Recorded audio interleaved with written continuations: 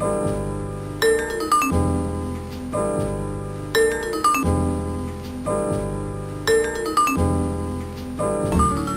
everybody and welcome back to Crypto Simplified.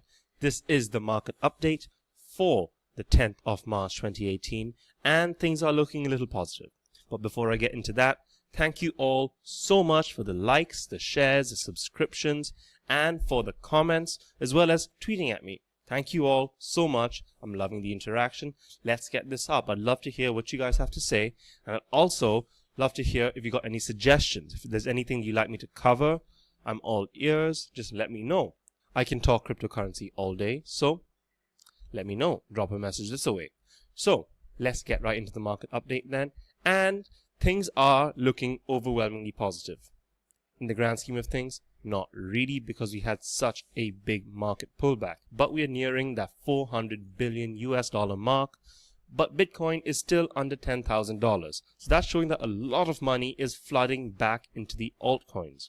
There are double-digit gains across the board. The only asset in the top 100 that is down is Tether, and Tether is Tether. It doesn't really work in the same way as the other cryptocurrencies, so we can just exclude it and say everything is basically up. There are a few projects that I don't really like too much, like Dentacoin, that is flying right now. I don't really see the point of it too much, but people are making a lot of money on it. This is exactly it. Cryptocurrency is a market that is very personal, and if you believe in a project, go ahead and invest in it. I'm not a financial advisor. This is not financial advice, but Dentacoin is one of those projects that I'm keeping away from. It seems a bit too volatile for my liking, and it doesn't really seem to have a very long-lasting use case, in my opinion. Then again, that is just my opinion. If you believe in the project, I'm no one to stop you. Then the next piece of news that I will look at is a property sale that has happened on the Ethereum blockchain. People say this is the first real estate transaction, and technically it is. While people have bought property, houses and stuff using Bitcoin, this is the first publicly issued deed on the Ethereum blockchain, and it's also been notarized. Is this the start of a massive movement with people using digital assets to buy real world assets such as houses and land? Let's see, because this was a possible use case being proposed by the people who thought about the value of the blockchain. Having property deeds on a blockchain just helps with the transparency, and it will make it a lot easier to contact people for sale offers, buy offers, and all these other interactions that property owners might have with each other. It also helps with ownership. If the record office burns down and people lose all the data as to who owns which property, I know for sure that this is the case in India. All land holdings are written in a little paper book, and I just think that is very, very unsafe. So having something on an immutable ledger will just make everyone's lives a lot easier in the long run. And following up from the whale sighting a couple videos ago, here we have a full thread started on the 7th of March, and it is just being updated constantly with new information for us to look out for. This news is all about the Mt. Gox trustee who liquidated a whole lot of Bitcoin. Almost 400 million worth of cryptocurrency was liquidated over a very short period of time. Some people are pointing at this as a possible reason for this ridiculously bad down market, but this thread from Matt Odell has showed us that this might not have actually been the case, because a lot of the Bitcoin was actually sold at the 3-month low of $6,000 US. So people, we jumped the gun by blaming this crash on one person, and this exactly shows why we should not be so reactionary in this cryptocurrency community. This information was there. It's on a public ledger for us to view, and now people are making the most of that. And what they're doing is setting up a site to track the rest of this 162,000 Bitcoin that he has under his control. The thing is, it seems like most of the money that they were legally obliged to pay the people defrauded by the Mt. Gox case has been liquidated, and it's available to pay these people back. So it is fairly unlikely that there will be more fire sales like this from this one individual. But that is just hypothetical talk right now.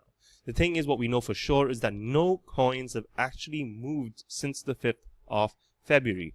So maybe this trustee is just sitting pretty and just holding on to his funds because he doesn't need to liquidate at this point in time.